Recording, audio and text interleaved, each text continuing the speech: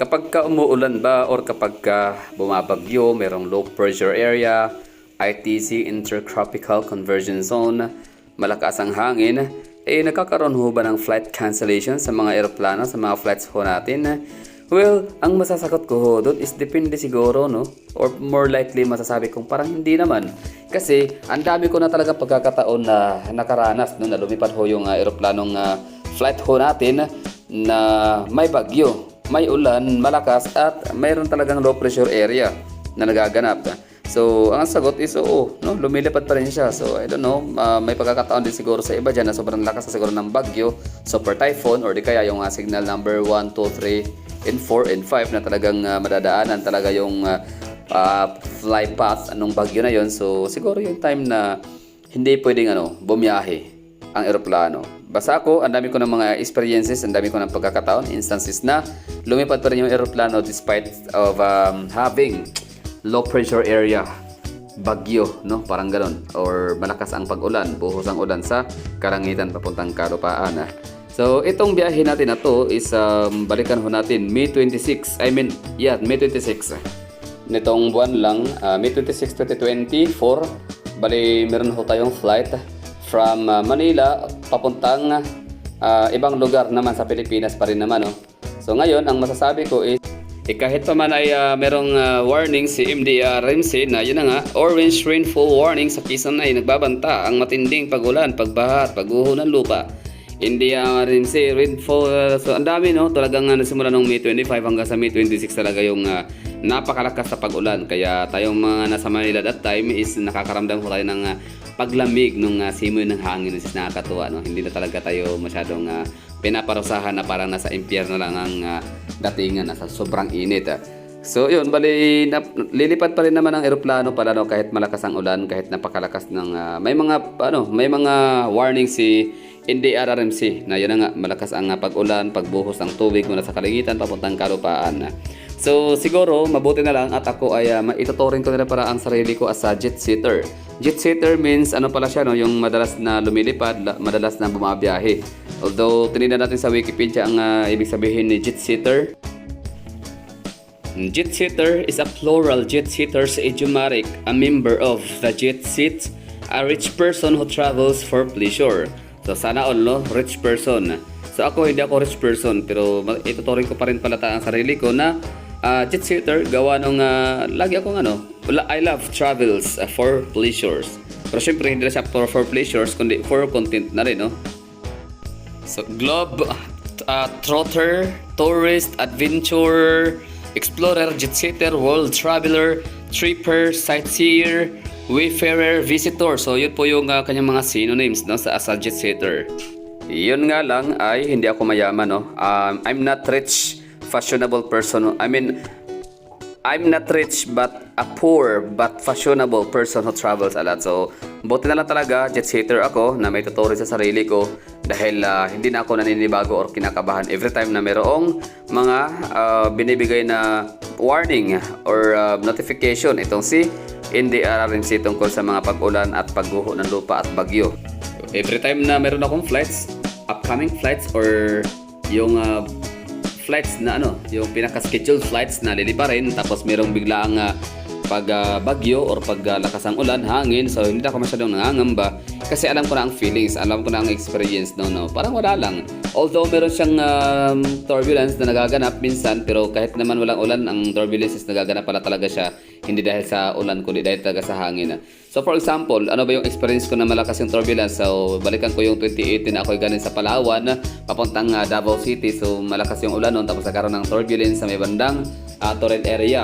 Tapos nung ako na may nagbacolod City papuntang Davao ay turbulence din yun, no? Matindi. Tapos pero nung ako'y bumiyahe Davao to Manila nung January na napakalakas ang ulan na bumahaw talaga yung yung kalupaan ng Davao region, wala namang turbulence na nagaganap, no? So para sa akin, ayos to it na ho, mahagala. Sanay na ho ako talaga na lumilipad, bumabiyahe sa Cebu Pacific na mayroong matinding pag-ulan. So itong time na to, May 26, flight ho nga talaga natin from Manila into some part of the Philippines.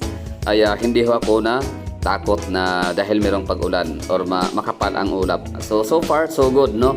So congratulations sa mga kasabayan ko kasi hindi talaga kami natakot at nangamba man lang dahil sa strong turbulence. So napaka-smooth nung nagiging biyahe. Napaka-hayahay, no? Talagang walang sakuna or walang pangamba or takot na nagaganap. So yun lang. So anong masasabi ho ninyo diyan sa mga minsan or mga madalas sumasakay ng eroplano? Share your thoughts, share your experience, and let me know in the comment box, no, kung kayo din ba ay nagtataka, kayo ba ay natatanong din, or andyan ba sa inyong kaisipan na ano kaya mangyayari sa eroplano kapag umuulan?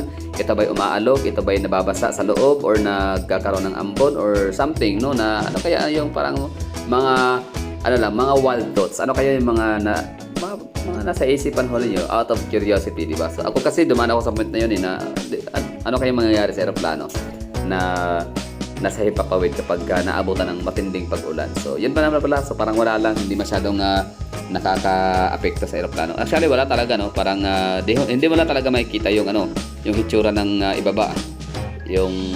Kasi maulap, no? Tsaka maulan. Pero kung wala naman siyang wala siyang ulap masyado, so makikita mo yung mga lights or mga city lights sa ibabang bahagi ng kalupaan. Gaya nitong nasa video, di ba? Ganyan na. So, kung hindi siguro yan maulan, hindi yan maulap, so siguro yan napakalino niyan na tanawin. So, yun lang. Let me know in the comment box, no? So, open ho yan para sa lahat. Share your thoughts in the comments para mabasa rin ng iba. Lalo sa mga baguhan or sa mga first timer na bumiyahe, lumipad, at sa mga hindi pa naka-experience na nagbabalak pa lang lumipad. Kaso nga lang, baka isipin na nakakatakot, delikado. So, maniwala ka sa akin, hindi ho delikado bumiyahe, hindi ho delikado lumipad, kundi napaka-safe po, no? So, the safest way or ang pinakaligtas na paraan na bumiyahe lalo sa mga malayuan ay ang eroplano, pangalawa ang barko, at yun, ang pangatlo naman ay ang bus. So, yun lang. Maraming thank you sa mga nanonood dyan. So, let me know in the comment box, ha. Enjoy nyo the rest of the video.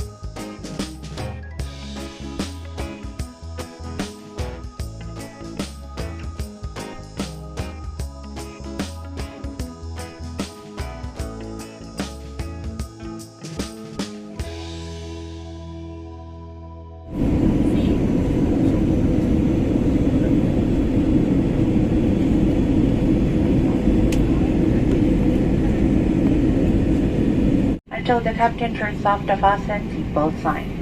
Please check your surroundings to ensure you do not leave any of your personal belongings behind.